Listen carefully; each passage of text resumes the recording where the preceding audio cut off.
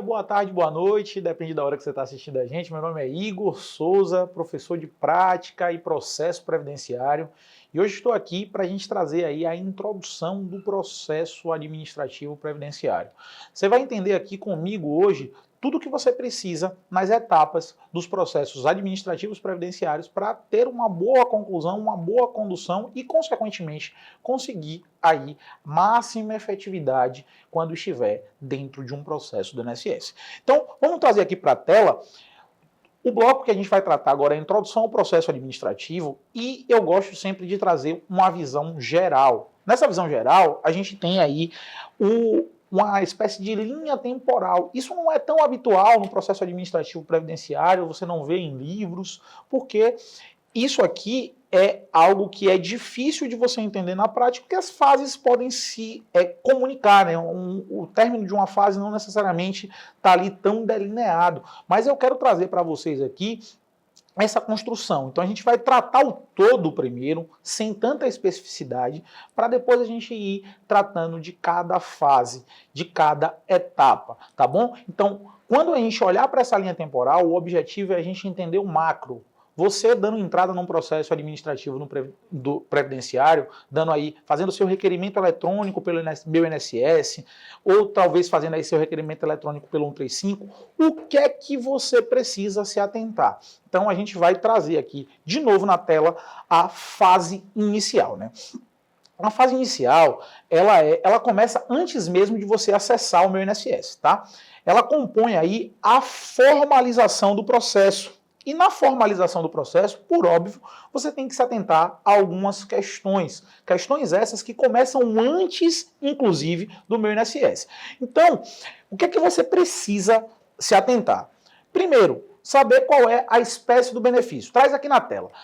A espécie do benefício, ela é dada pelo fato gerador. E normalmente você vai aí identificar o fato gerador que vai dar necessidade ao benefício. E para isso você vai começar a iniciar o processo. Vai lá entrar no meu INSS, vai fazer o requerimento pelo 135, vai utilizar a sua entidade conveniada, a gente vai falar sobre tudo isso aqui e vai formalizar o processo. E nessa etapa de formalização, você é o ator principal. Ou você como requerente, ou você como procurador, advogado aí que está defendendo os interesses do cliente, né? Então você é o ator principal. E você como ator principal, o que é que você tem que se atentar? A fazer um bom requerimento. Então a primeira coisa que você tem que se atentar é, quando você está formalizando o seu processo no meu INSS, volta aqui para a tela, você advogado está formalizando o seu processo no meu INSS, o que é que você tem que se atentar? Qual é o padrão de atenção que você tem que ter? O padrão de atenção que você tem que ter é os documentos, a digitalização adequada, o preenchimento das informações corretas no requerimento. E eu costumo dizer para você que o requerimento não é igual você instalar um programa de computador, onde você vai clicando tudo ok, seguinte, e vai passando sem nenhum tipo de zelo.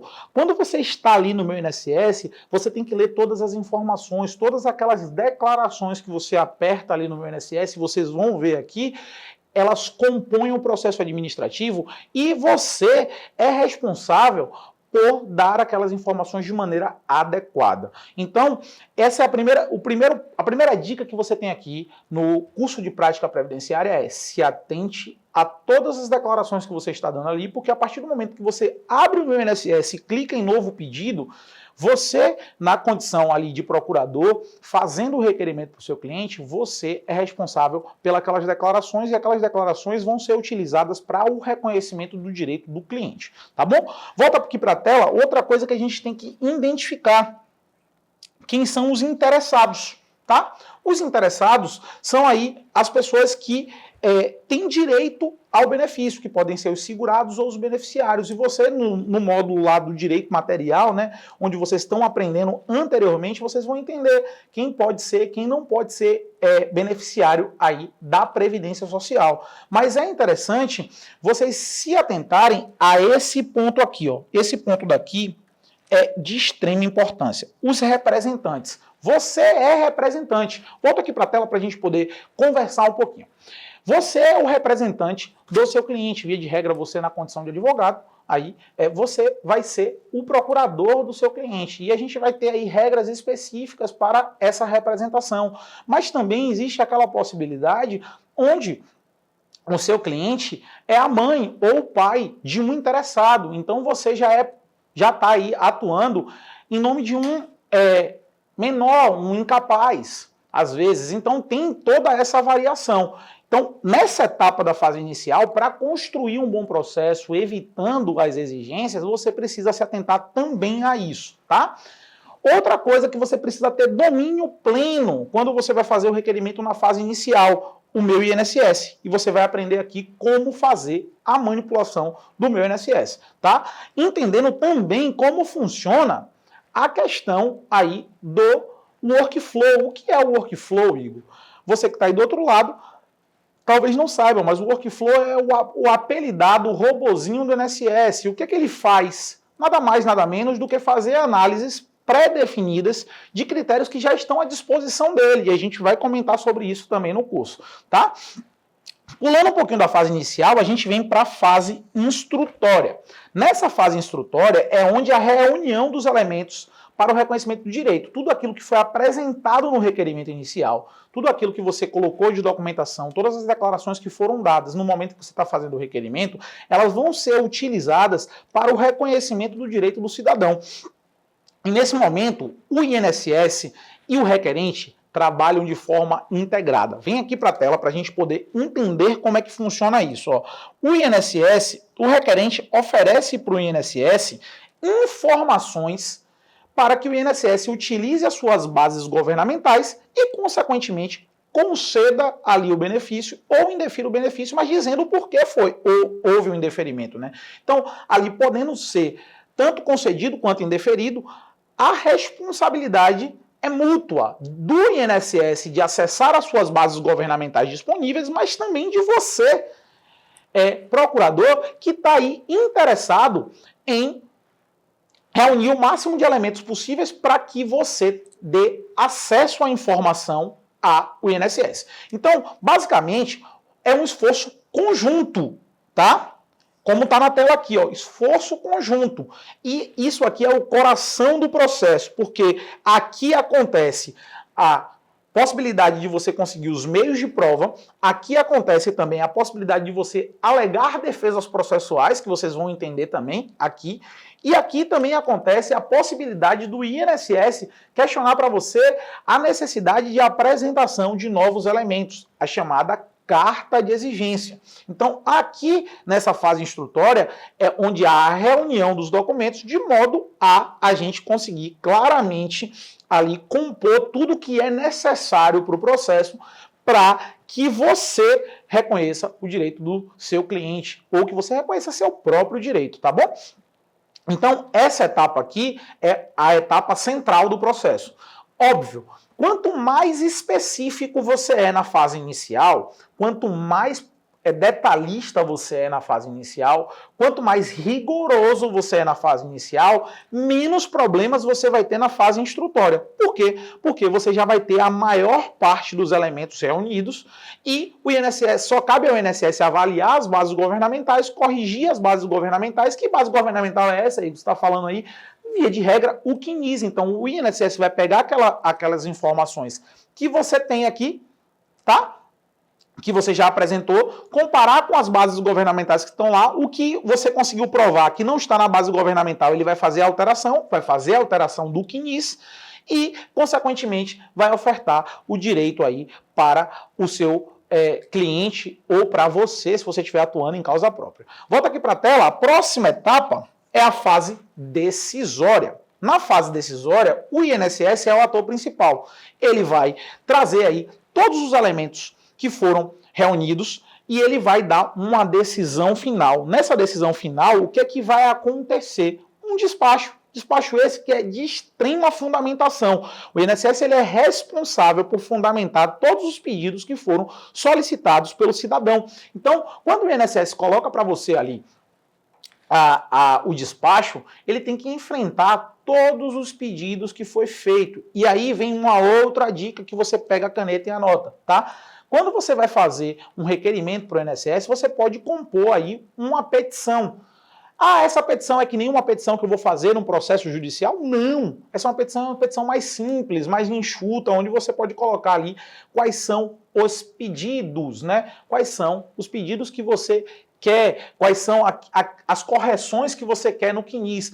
Por quê? Porque na fase inicial, você, quando vai avaliar o caso, quando você vai identificar o caso, o que é que você faz? Você vai consultar o CNIS, você vai consultar a base disponível que já está no meu INSS lá do cidadão e você vai identificar se precisa fazer alguma correção, se não precisa fazer alguma correção, e para isso você vai juntar os documentos na fase inicial e na fase instrutória o INSS vai utilizar esses documentos para fazer a correção. Não é isso que a gente viu aqui agora, mas é importante você salientar qual é o vínculo ali. Então, por exemplo, se tem um vínculo que está na carteira de trabalho, mas que não está presente no CNIS, você pode fazer uma petição simples dizendo: desejo que corrija o CNIS do cidadão no que tange ao vínculo tal, carteira de trabalho tal, folha tal, que deve ser inserido no CNIS porque não há informação adequada no CNIS. Então você já consegue ali trazer de maneira simples qual é o pedido. E no final, na fase decisória, volta aqui para a tela,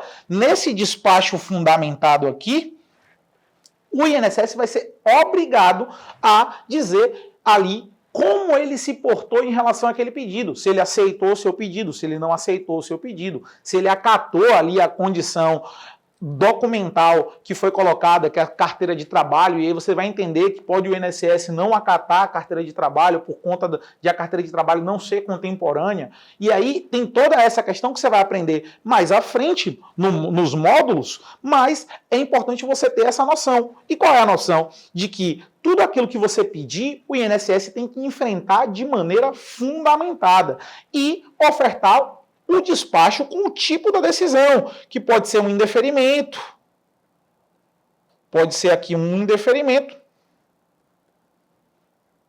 que é o que a gente corre, né? Mas pode também ser uma concessão, tá? Perdoa a letra, gente, mas eu tô falando para vocês e tá bonitinho aqui na tela, né? Mas a verdade é que o que é que você tem que se atentar nessa fase decisória?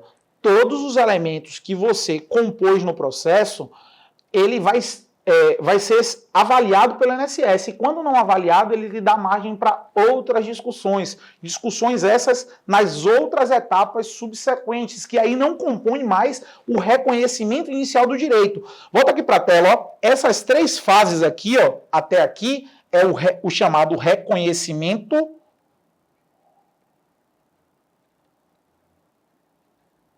inicial, tá? Essas outras etapas aqui, elas já não estão mais no escopo do reconhecimento inicial. E aí você tem a fase recursal, onde você pode utilizar ali as defesas processuais e levar o seu processo para o Conselho de Recurso da Previdência.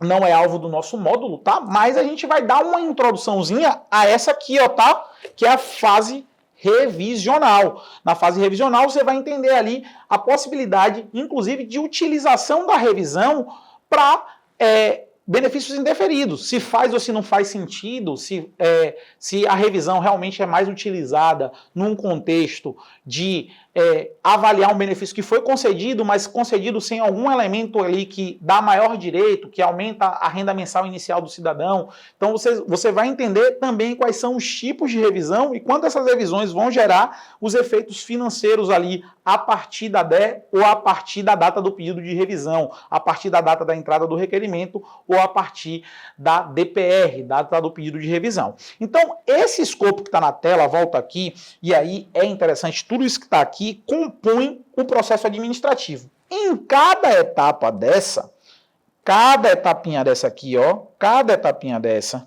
essa aqui não, que não é alvo do nosso curso, mas cada etapinha dessa aqui vai ser destrinchada nos próximos módulos. E é exatamente essa visão do todo que eu preciso que você tenha, porque com ela fica muito mais fácil de você entender onde você está, tá bom? E qual é o elemento necessário para você aprimorar, se você tem que aprimorar a fase inicial, se tem que aprimorar a fase instrutória, se você tem que aprimorar a fase decisória.